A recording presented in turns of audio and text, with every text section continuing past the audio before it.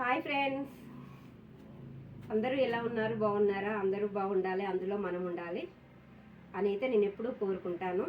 ఇవాళ వీడియో వచ్చైతే మనకు యూట్యూబ్లో పరిచయం అయినప్పుడు ఎలా ఉంటారో తర్వాత పరిచయం అయినాకనైతే అలా ఉండరు. అంటే చాలామంది అయితే అలా ఉండరు, కొంతమంది మన వాళ్ళు అన్నట్టు ఉంటారు. అర్థం చేసుకున్న వాళ్ళు అయితేనే, అర్థం చేసుకున్న వాళ్ళు అయ్యో మా ఛానల్ చూస్తలేరు, మాకు సపోర్ట్ చేస్తలేరు, వాళ్ళు ఉన్న వాళ్ళులే, వాళ్ళు బలిసిపోయిన్లు, యూట్యూబ్లోకి వచ్చిన వాళ్ళు బలిసిపోయిన్లు, ఫస్ట్లో ఉన్నట్టు లేరు అని అంటారు. మీరు మాకు సపోర్ట్ చేస్తే మేము మీకు సపోర్ట్ చేయకపోతే ఆ ముచ్చట అనాలి. మీరు మాకు సపోర్ట్ చేయండి, మేము ఎట్లా సపోర్ట్ చేస్తాం? సరే చూస్తాం, సపోర్ట్ చేస్తాం. చేసినాక కూడా మీరు మాకు సపోర్ట్ చేయకుంటే మాకేమనిపిస్తుంది చెప్పండి? సపోర్ట్ చేయనంత మాత్రాన మేము బలిసిపోయినామని అనుకోవద్దు. అట్లా వాళ్ళు ఉన్నోళ్ళు, వాళ్ళ డబ్బు బాగున్నది, వాళ్ళు బలిసిపోయిన్లు అందుకే మాకు సపోర్ట్ చేస్తలేరు అవన్నీ ఎందుకు? బలిసిపోతే సపోర్ట్ చేయరా? మేము బలిసిపోయిన వాళ్ళం, మేము ఉన్నోళ్ళం ఏది ఉంటే గీ రూమ్లు ఉంటారు, గీ రూమ్లు ఉంటావా ఫ్రెండ్స్? మా ఇల్లు చూసారు కదా మీరు. మా ఇల్లు ఎంత ఉన్నది? ఒక్కటే రూము, చిన్న రూము. ఈ చిన్న రూముల్ని వంట చేసుకోవడము, బోళ్ళు పెట్టుకోవడము, మంచము, ఫ్రిడ్జ్ అన్నీ ప్రతి ఒక్కటి ఇదే రూమ్లో. చుట్టాలు ఎవరైనా వచ్చారు ఇప్పుడు అంతెందుకు, మేము ముగ్గురం ఉంటాం, మా అబ్బాయి ఉన్న మేమిద్దరం. మేము ముగ్గురం వండుకోవడానికి కూడా మాకు స్థలం ఉండదు తెలుసా? మా ఇంటికి వస్తే వచ్చిన వాళ్ళకి తెలుస్తుంది మేము ఉన్న వాళ్ళమా లేని వాళ్ళమా.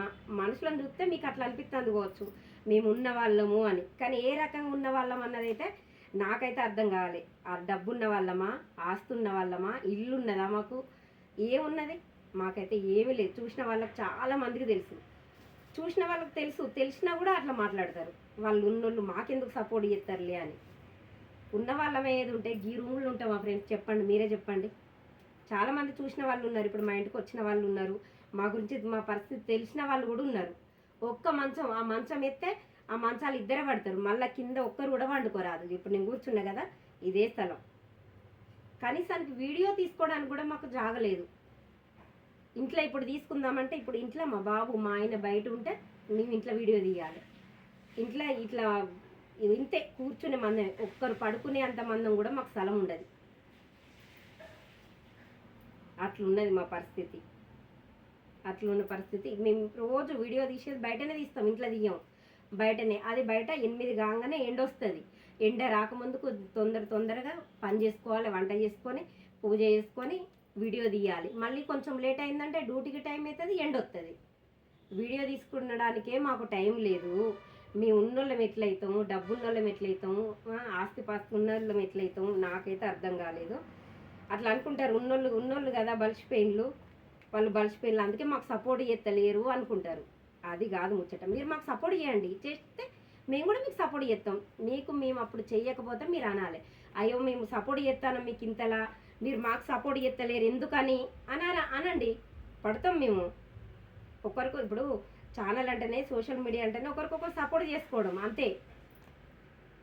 మళ్ళీ ఇంకొకటి, మన బాధలన్నీ మన ఫస్ట్ స్టార్టింగ్లో మనం పరిచయం అయినప్పుడు కష్ట సుఖాలన్నీ చెప్పుకుంటాం. మన కష్టం అనేది, మన ఇంట్లో విషయాలు అనేది, మన బాధ అనేది, మన తోటి వాళ్ళు మన పరిచయం అయినాక కొంచెం మన బాధ అనేది చెప్పుకుంటే కొంచెం రిలీఫ్ అవుతుంది, మనశ్శాంతిగా ఉంటుంది.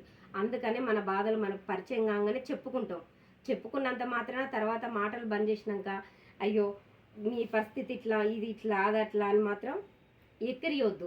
ఎవరి పరిస్థితి వాళ్ళది, ఎవరి బాధ వాళ్ళదే. బాధ చెప్పుకోవడం ఏంటంటే కొంచెం మనశ్శాంతి అనేది ఉంటుంది. ఒకరికి మన ఎదుటి వాళ్ళకి చెప్పుకుంటే మన బాధ అని అట్లా చెప్తాం అంతే తప్ప తర్వాత మాటలు బంద్ అయినాక మళ్ళీ తర్వాత అన్నీ తెలిసినాక ఇప్పుడు మీ గురించి మాకు తెలుసు, ఇది ఇట్లా అది అట్లా అని మాత్రం ఎత్తేయొద్దు.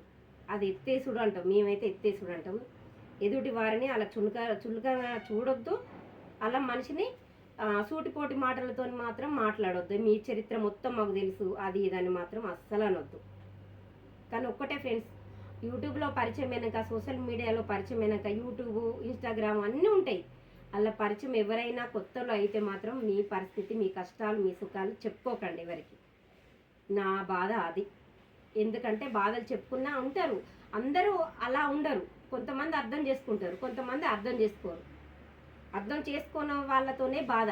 అర్థం చేసుకున్న వాళ్ళైతే అయ్యో వాళ్ళ కష్టం మనకు చెప్పిళ్ళు, మనల్ని వాళ్ళను మన అనుకుంటేనే కదా వాళ్ళ కష్టం అనేది మనకు చెప్పిళ్ళు అని మాత్రం అర్థం చేసుకొని మన కష్టాల్లో సుఖాల్లో పాలు పంచుకుంటారు. కానీ అర్థం చేసుకొని వాళ్ళు మాత్రం మనల్ని సూటిపోటి మాటలతో అంటారు, ఎత్తెత్తారు మనల్ని మాత్రం. అలా మాత్రం చెప్పొద్దు. మీ కష్టాలు సుఖాలు పరిచయం కాగానే అయిన కొత్తల్ని ఏమీ చెప్పకండి మీరు, ఓకేనా? కానీ నాకు మాత్రం నా కష్టాల్లో అయినా సుఖాల్లో అయినా భవానీ అయినా రాధిక గారైనా, భవానీ అంటే మీ అందరికీ తెలుసు, విజయవాడ భవానీ. భవానీ మాకు ఫస్ట్లో చాలా చాలా చాలా ఫస్ట్ ఎలా ఉందో 2 సంవత్సరాలు ఉండి పరిచయం, ఫస్ట్లో ఎలా ఉందో ఇప్పుడు కూడా అలా ఉంది. భవానీ అనంగా, రాధిక అనంగా, కౌసల్య వదిన, ఫిల్మ్ నగర్ శ్రీనివాస్ అన్నయ్య, ఛానల్ ఉన్న వాళ్ళు వీళ్ళు. అలాగే చాలామంది దివ్య, అంకుశయ్య, అందరూ చాలామంది ఉన్నారు మాకు సపోర్ట్ చేసేటోళ్ళు. వాళ్ళనైతే మేము ఎప్పటికీ మర్చిపోము. వాళ్ళ ప్రేమ ఫస్ట్ 2 సంవత్సరాల కింద ఎలా ఉందో ఇప్పుడు కూడా అలానే చూపెడతారు మా పైన. మేము వాళ్ళ పైన ప్రేమ చూస్తాం, వాళ్ళు మా పైన చూస్తారు. అలా ఉండాలి తప్ప సూటిపోటి మాటలతోనైతే సపోర్ట్ చేయకుండానైతే మాటలు మాట్లాడకండి, ఓకేనా? అలా అని అందరైతే ఉండరు, చెప్పుకోండి. కానీ ఎవరు ఎలాంటి వాళ్ళు అనేది తెలుసుకున్నాక చెప్పుకోండి. ఫస్ట్ మీ కష్ట సుఖాలు మాత్రం అస్సలు చెప్పొద్దు, పరిచయం కాగానే చెప్పకండి, ఓకేనా? మరి మా వీడియో నేను అన్నది కరెక్టా కాదా అన్నది మీకు కూడా తెలిసే ఉంటుంది కదా, కామెంట్ బాక్స్లో కామెంట్ చేయండి ప్లీజ్. నేను అన్నది కొంతమందినే, అందరిని అయితే కాదు. ప్లీజ్ ఎవరిని ఏమీ అనుకోవద్దు. మీ మనసు నొప్పించితే మాత్రం నన్ను క్షమించండి ప్లీజ్. బాయ్ మరి.